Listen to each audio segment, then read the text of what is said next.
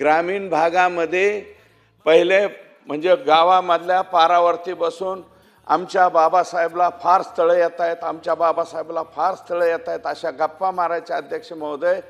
एक मुलगी उपवर कन्या असेल तर 20 ते 25 ठिकाणची स्थळं येत आहेत अध्यक्ष महोदय. 150 पहिलवान गावात बिगर लग्नाचा आहे, एकाला सुद्धा सोयरीक आहे ना, इतकी वाईट अवस्था ही ग्रामीण भागामध्ये त्या ठिकाणी झालेली, कुणीच विचारत नाही. आणि म्हणून माझ्या पोराचं लग्न लावून द्या म्हणून एजंट सुद्धा त्या ठिकाणी तयार झाले अध्यक्ष महोदय. कर्नाटकामधून मुलगी आणली जाते, 2 दिवस राहते, 10-15 दिवस सोन्या, 10 तोळे सोने, 5 तोळे सोन्यासहित ती मुलगी 2-4 दिवसात गायब होते.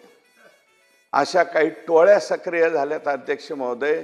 या टोळ्यांवरती खरोखर कारवाई होण्याची आवश्यकता आहे. फार कमी लोक 420चा गुन्हा दाखल करतात, नाही तर लोक कशाला इज्जतीचा पंचनामा म्हणून केसच दाखल करायला येत नाहीत.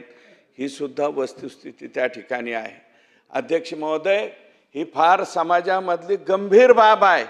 मुलींची संख्या अजिबात कमी होता कामा नये, मुलींची संख्या वाढली पाहिजे.